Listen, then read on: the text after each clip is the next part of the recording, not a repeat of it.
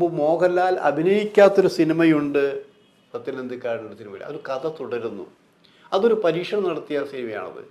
അത് മമതാ മോഹൻദാസും ആസിഫ് അലിയും നായകനും നായികയായിട്ട് അഭിനയിച്ച സിനിമയാണത്. ഒരു പരിപാടി കഴിഞ്ഞ് ഫ്ലൈറ്റിൽ ഈ രണ്ടുപേരും വരുമ്പോൾ അടുത്ത പടത്തിനെക്കുറിച്ച് പറയുന്നു. അവിടെ നിർത്തി വേറെ കാര്യം ആലോചിക്കുക. അപ്പം ലാൽ ചോദിച്ചു, ആ കഥ പറയുമോ സത്യ?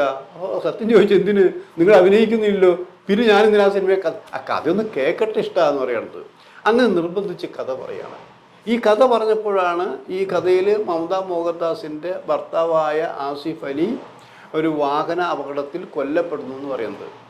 ആ കഥയെല്ലാം കേട്ട് കഴിഞ്ഞപ്പോൾ ലാൽ പറഞ്ഞു, എനിക്കൊരു നിർദ്ദേശമുണ്ട്, വേണമെങ്കിൽ സ്വീകരിക്കാം. ഈ വാഹനമിടിച്ച് മരിക്കാന്ന് ഇപ്പോൾ സർവ്വസാധാരണമാണ്. അതൊരു പഴയ സംഭവമാണത്. അതൊന്ന് ചേഞ്ച് ചെയ്തുകൊണ്ട് ഈ കൊട്ടേഷൻ സംഘം ആള് മാറി കൊന്നു, ആള് മാറി അങ്ങനെ കൊല്ലപ്പെടുന്ന സ്ഥിതിയിലേക്ക് സാധനം വരികയാണെങ്കിൽ ഒന്ന് ചിന്തിച്ച് നോക്കാൻ പറഞ്ഞു. അപ്പോൾ സത്യൻ ആലോചിച്ചത് കൊള്ളാമല്ലോ. മോഹൻലാൽ നിർബന്ധിച്ചാണ് കഥ പറഞ്ഞതെങ്കിലും അത് മനോഹരമായിരിക്കും. അങ്ങനെയാണ് പിന്നെ ആ സിനിമയിൽ ചിത്രീകരിച്ചത്. അതിൻ്റെ ഗുണവും ഉണ്ടായിട്ടുണ്ട്. അപ്പോൾ അഭിനയിക്കാൻ മാത്രമല്ല, കഥ പറയാനുള്ള സെൻസ് കൂടി മോഹൻലാലിനുണ്ട് എന്നാണ് അന്നും ഇന്നും സത്യനന്ദിക്കാട് പറഞ്ഞത്.